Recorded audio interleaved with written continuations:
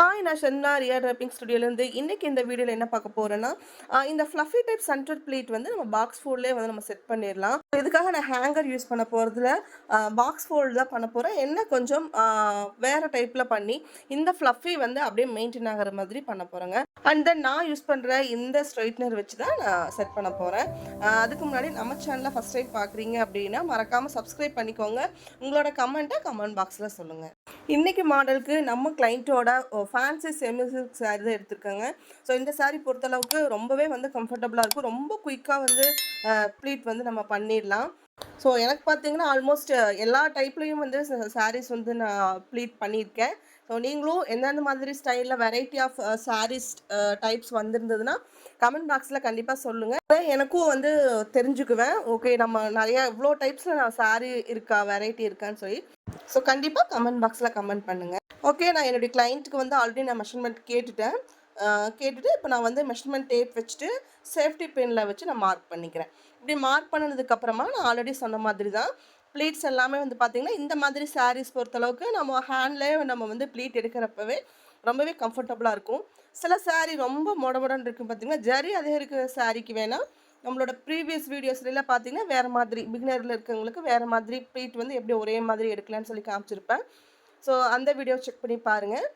இதில் வந்து நான் ஜஸ்ட்டு எனக்கு சாரீஸ் வந்து ரொம்பவே கம்ஃபர்டபுளாக இருக்கிறதுனால நான் ஆஸ் யூஷுவல் நான் வந்து ப்ளீட் எடுக்க ஸ்டார்ட் பண்ணிடுறேன். ஸோ இதில் பார்த்தீங்கன்னா முந்தான போர்ஷன் வந்து ஒரு 11 ப்ளீட் வரைக்கும் நான் எடுத்திருக்கேங்க.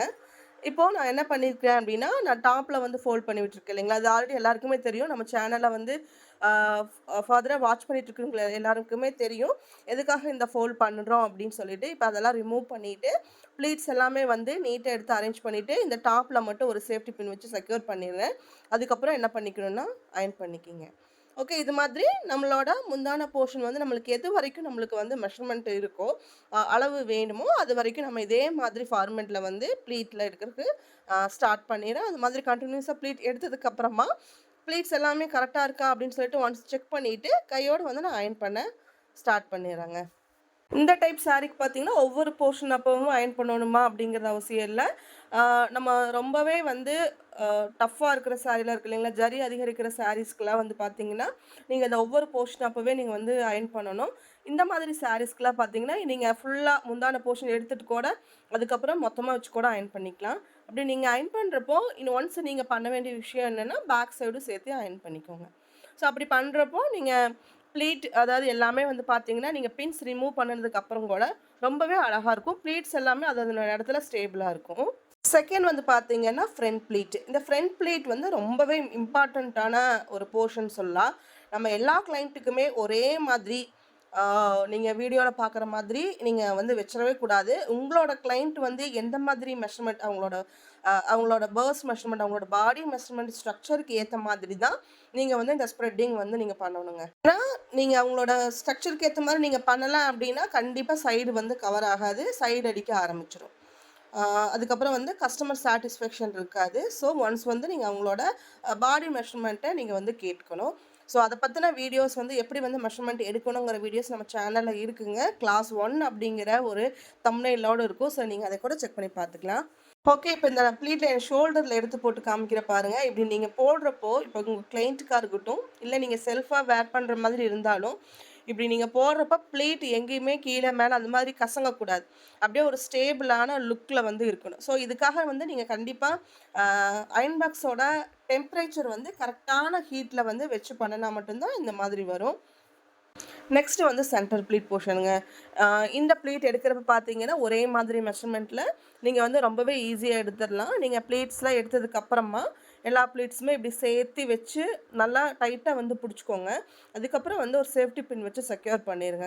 ஏன்னா சில சாரீஸ் எல்லாம் வந்து ரொம்ப சாஃப்டாக இருந்துச்சுன்னு வச்சுக்கோங்களேன், சட்டுன்னு வலிக்கிட்டு விழுந்துடும். சில சாரீஸ் எல்லாம் அப்படியே ஸ்டேபிளாக இருக்கும், அது பிரச்சனையும் இல்லை. பட் எதுவாக இருந்தாலும் ஒரு சேஃப்டி பின் வச்சு கையோட செக்யூர் பண்ணிடுங்க. இது வந்து நீங்கள் அப்படியே வந்து டக்குன்னு வந்து ஸ்ப்ரெட்டிங் பண்ணுறப்போ நீங்கள் வந்து டக்குன்னு பண்ணக்கூடாது.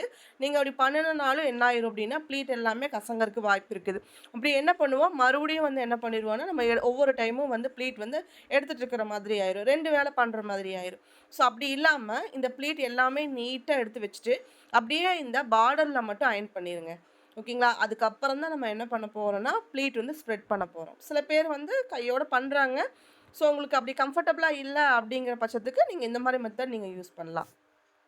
நெக்ஸ்ட் வந்துட்டு இதோட கீழ் பார்டர் வரைக்கும் வந்து என்ன பண்ணிக்கிறோம் அப்படின்னா, ப்ளீட் எல்லாமே வந்து நீட்டா எடுத்துக்கிறேன்.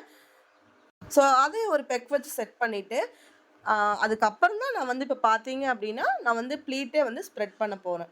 ஓகேங்களா? இப்போ உங்களுக்கு புரியும்னு நெனைக்கிறேன். நம்ம இப்படி ஸ்ப்ரெட் பண்றதுனால, இப்ப அயர்ன் பண்ணி ஸ்ப்ரெட் பண்றதுனால ப்ளீட் வந்து கலையறதுக்கு வாய்ப்பே கிடையாதுங்க. ரொம்பவே ஈஸியா பண்ணிடலாம். உங்களுக்கு எவ்வளோ தூரம் வந்து ப்ளீட்ஸ் எல்லாம் தள்ளி தள்ளி வைக்கணுமோ, அந்த மாதிரி நீங்க வந்து கரெக்ட்டா வந்து நீங்க வச்சுக்கலாம். அதுக்கப்புறம் நீங்க வந்து கையோட ப்ளீட் கலையாம இருக்கிறதுக்கு ஒரு ஸ்பின் வச்சு, இந்த பார்டர்ல வந்து சேஃப்டி பண்ணிருங்க. அவ்வளோதான். அதுக்கப்புறம் வந்துட்டு பாருங்க, இப்படி ஃபர்ஸ்ட்டு ஸ்டெப்பு இந்த சென்டர் ப்ளீட் பொறுத்தளவுக்கு, இந்த 2 ஸ்டெப்ப மட்டும் நம்ம கரெக்ட்டா பண்ணிட்டோம் அப்படின்னாவே, நம்ம வந்து ஒவ்வொரு டைம் வந்து ப்ளீட்ஸ் வந்து அரேஞ்ச் பண்ணணுங்கிற அவசியமே இல்ல. இப்படி கையில மட்டும் இந்த ப்ளீட் அட்ஜஸ்ட் மட்டும் நீங்க பண்ணா போதும். ஏன்னா டாப்லேருந்து பாட்டம் வரைக்கும் நம்ம என்ன பண்ணியிருக்கோம் அப்படின்னா, ப்ளீட் எல்லாமே ஃபர்ஸ்ட்டே எடுத்துட்டோம் அப்படிங்கிறதுனால, நம்ம ஜஸ்ட் கரெக்ஷன்ஸ் மட்டும் பண்ணிட்டு, ஒரே மாதிரி வந்து எடுத்ததுக்கப்புறம், இந்த பின் வந்து இந்த மாரி பேக் சைடு வந்து பின் பண்ணிருங்க. இப்ப நம்ம அவசரத்துக்கு டாப்ல பண்ணோம்னு வைங்களேன், நம்மளுக்கு வந்து ஈஸியா தான் இருக்கும். பட் அயர்ன் பண்றப்போ அயர்ன் பாக்ஸ்ல வந்து அ படுறதுக்கு வாய்ப்பு இருக்கு. ஸோ முடிஞ்ச அளவுக்கு நம்ம அயர்ன் பாக்ஸ் சேஃப்டியும் நம்ம பார்த்துக்கணுங்க. சாரி சேஃப்டி பார்க்குற மாதிரி, அயர்ன் பாக்ஸ் சேஃப்டி பார்த்துக்கணும். ஸோ இதே வந்து இந்த ஸ்டோன் சாரீலாம் இருந்ததுன்னு வச்சுக்கோங்களேன், கண்டிப்பா நீங்க ஒரு ஹீட் ப்ரொடெக்டர் மேட் யூஸ் பண்ணியோ, இல்ல நம்மட்ட அதெல்லாம் இல்லைனாலும் பரவாயில்லங்க. கடைசிக்கு பேப்பராவது நீங்க வந்து வச்சு தான் நீங்க பண்ணணும். ஸோ இப்ப பாருங்க, நான் வந்து ஒரு ஒரு 2, 3 சேஃப்டி பின் வந்து நான் டாப்ல இருந்து இப்போ கீழ சென்டர் போர்ஷன் வரைக்கும் பண்ணியிருக்கேன். ப்ளீட் எல்லாமே அரேஞ்ச் பண்ணியாச்சு. ப்ளீட்ஸ் எல்லாமே வந்து இப்ப நான் அயர்ன் பண்ணியிருக்கேன். இப்ப அயர்ன் பண்றது வந்து நம்ம ப்ளீட்டோட பகுதியிலும் அயர்ன் பண்ணணும். ஆப்போசிட் டைரக்ஷன்லயும் நீங்க வந்து பண்ணணும். ஸோ இப்படி பண்றப்ப என்ன ஆகும்னா, ப்ளீட் எல்லாமே வந்து அழகா வந்துரும்.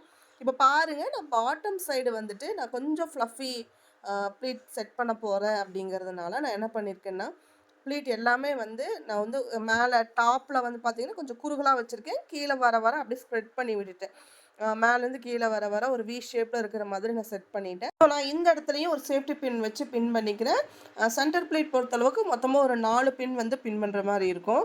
ஸோ அதுக்கப்புறம் என்ன பண்றேன், நான் மறுபடியும் வந்து வீடியோல பார்க்குற மாதிரி ஒரு அயர்ன் பண்ணியிருக்கேன்.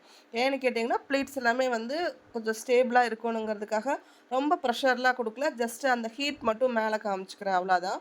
இப்ப பார்த்தீங்கன்னா, இப்ப என்கிட்ட இருக்கிற இந்த ஹேர் ஸ்ட்ரெய்ட்னர் மட்டுமே வச்சு, இந்த பார்டர் போர்ஷன்ல மட்டும் நான் ஒரு ஸ்க்ரோல் பண்ணிக்கிறேன். ஸோ நான் இதுக்காக தனியா கர்லர்லாம் வாங்கலைங்க. இருக்கிற ஸ்ட்ரெய்ட்னர் மட்டும் யூஸ் பண்ணி நான் வந்து பார்டர்ல வந்து நான் செட் பண்ணிட்டேன். ரொம்பவே பெர்ஃபெக்ட்டா வந்துருந்துச்சு ஃபினிஷிங். ஸோ நெக்ஸ்ட் வந்து பார்த்தீங்கன்னா, பாக்ஸ் ஃபோல்டிங். சாரி வந்து ஆஸ் யூசுவல் நம்ம எப்படி வந்து பாக்ஸ் ஃபோல்டிங்க்கு நம்ம எப்படி வந்து சாரி திருப்பி போடுவோமோ, அதே மாதிரி பேக் சைட் திருப்பி போட்டுட்டு, ஒரு 3 ஃபோல்டா வந்து இந்த உள் சுத்து பகுதிய எடுத்து 3 ஃபோல்டா மடிச்சுக்கிறேங்க. ஏன்னா, இது வந்து நான் ரெகுலரா யூஸ் பண்ற பாலிபேக் மெஷர்மென்ட்ங்கிறனால எனக்கு வந்து 3 மடிப்பு நான் கண்டிப்பா வச்சுப்பேன். ஸோ அதுக்கப்புறம் என்னுடைய சைடு இருக்கிற முந்தான போர்ஷன் அப்படியே வந்து ஃப்ரண்ட்ல எடுத்து போட்டுட்டு, இந்த ப்ளீட் எல்லாமே வந்து பார்த்தீங்கன்னா, நீட்டா அரேஞ்ச் பண்ணிட்டு, நம்மளோட ரைட் சைடுல இருக்கிற பகுதி தான் வந்து ஃபர்ஸ்ட்டு வந்து உள்ள வந்து மடிச்சு வைப்பேன் ஒரு ஃபோல்ட். பட் இந்த ஃபோல்டுக்கு நான் அப்படி பண்ணல. ஃபர்ஸ்ட்டு லெஃப்ட் சைடு வந்து ஒரு 2 ஃபோல்ட் அப்படியே ஃபோல்ட் பண்ணிட்டு, நெக்ஸ்ட்டு வந்து தான் என்னோட ரைட் சைடு போர்ஷன் இந்த கீழ் அந்த ஃப்ளஃபி ப்ளீட் வருது இல்லைங்களா? ஸோ அந்த போர்ஷன் அதுக்கப்புறம் தான் நான் வந்து ஃபோல்ட் பண்ணிக்கிறேன். ஸோ இந்த மாதிரி பண்றப்போ ரொம்ப சாஃப்ட்டா மட்டும் ஹேண்டில் பண்ணுங்க. ஏன்னா ப்ளீட்ஸ் வந்து கொஞ்சம் நல்லா ஸ்டேபிளா இருக்கணும் அப்படிங்கிறதுக்காக. அதுக்கப்புறம் அப்படியே பேக் சைடு வந்து நம்மளோட முந்தான போர்ஷன் 2, 3 போர்ஷனா நல்லா மடிச்சு விட்டுட்டு, அதுக்கப்புறம் உள்ள வந்து டக் இன் பண்ணி விட்டுருங்க அவ்வளோ. ஸோ இந்த மாதிரி நம்ம பண்றப்போ நம்ம ஒவ்வொரு டைமும் நம்ம ஹேங்கர்க்காக நம்ம வந்து ரொம்பவே மெனக்கெடணுங்கிற அவசியம் இல்ல. ஸோ எமர்ஜென்சி டைம்ல இந்த மாதிரி டைம்ல வந்து நம்ம பாக்ஸ் ஃபோல்டிங் நம்ம வந்து ஃபோல்ட் பண்ணிக்கலாம். ஆ கண்டிப்பா இந்த வீடியோ வந்து உங்களுக்கு பிடிச்சிருக்கும்னு நெனைக்கிறேன். ரொம்பவே கம்ஃபர்டபுளா இருக்கு. யூஸ் பண்றதுக்கு ரொம்பவே இதா இருக்கு பாருங்களேன். ரொம்பவே ஒரு நீட்டான லுக் தான் இருக்கு. ஸோ இது அப்படியே வந்து ஒரு பாலி பேக் பேக் பண்ணி என்னுடைய கிளையண்ட்டுக்கு நான் டெலிவரி குடுத்துருவேன்.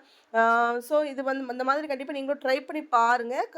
ட்ரை பண்ணி பார்த்துட்டு கண்டிப்பா கமெண்ட் பாக்ஸ்ல கமெண்ட் பண்ணுங்க. Thank you.